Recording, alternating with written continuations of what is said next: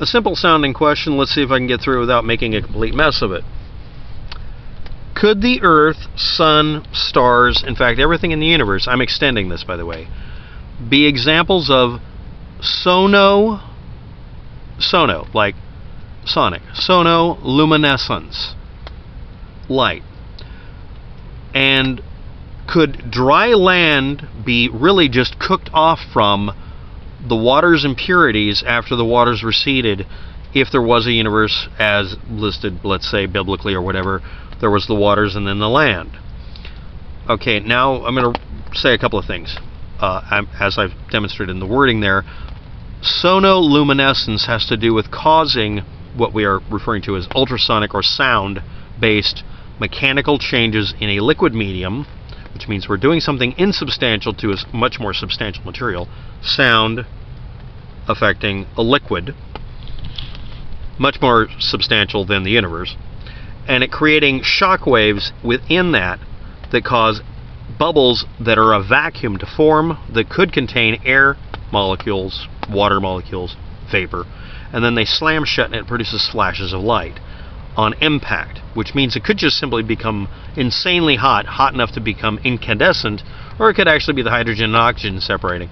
There's a bunch of theories about it. Personally, I think the most logical solution here is that it's producing light because literally a vacuum is forming and then being slammed shut violently by the same sound wave, and it's creating a mechanical impact where the molecules let off energy in the form of light. That idea as an analogy for the universe might make sense. Yeah, because the fabric of time-space isn't consistent completely, because it's not.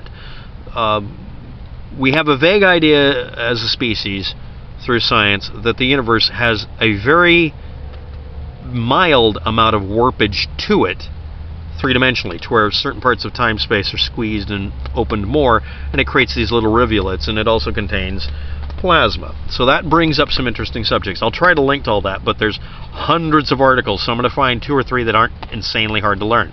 The point I'm making here is this would make a reasonable analogy. Is it, however, literally that something more of a vacuum than the vacuum is happening in time-space and causing these shock waves to produce light or energy? Yeah. It could also cause matter, maybe. I discussed that in another video. But is the Earth or other physical objects that? This goes into the idea that time-space being warped and having matter form, literally it's just the idea here is that matter may just be a symptom of distortions in time-space that become independent packets. Sort of like energy from a radio signal that you used with your battery when you were talking with your kid, turned into a closed loop of electromagnetic energy, a radio signal that acts like light, that is now an independent packet of energy going on forever into space.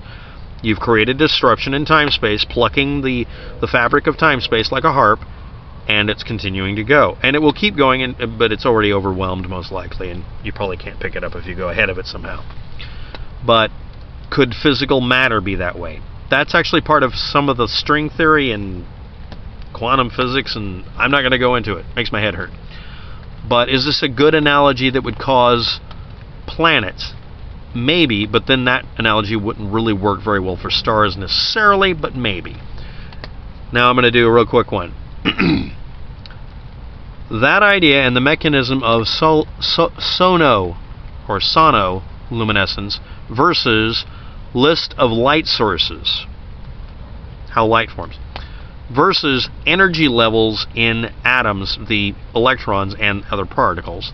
Valence electron, which are the outermost shell of electrons that are able to transpose between one shell and another, and these changes cause wavelengths, and we perceive that as light, heat, whatever, or gamma rays. And free electron model, which is a model that you can learn about if you want to. This is being left open because this is literally where I say I can go into it, but only on request, and I need a much more specific request. And oddly enough, asking me about if Earth, Sun, and stars could be thought of in the same way as ultrasonic waves creating pockets of vacuum in water and it producing light flashes, that's a little bit too general, oddly enough. It's an interesting subject. I'm leaving the links below. I don't even know where this is going to go or if it's going to go anywhere. It's a neat question. I don't know. I'm kind of an opinion where that's where you almost go into philosophy, so don't know. But it was a good question. Thank you. Thanks for watching. Have a good day.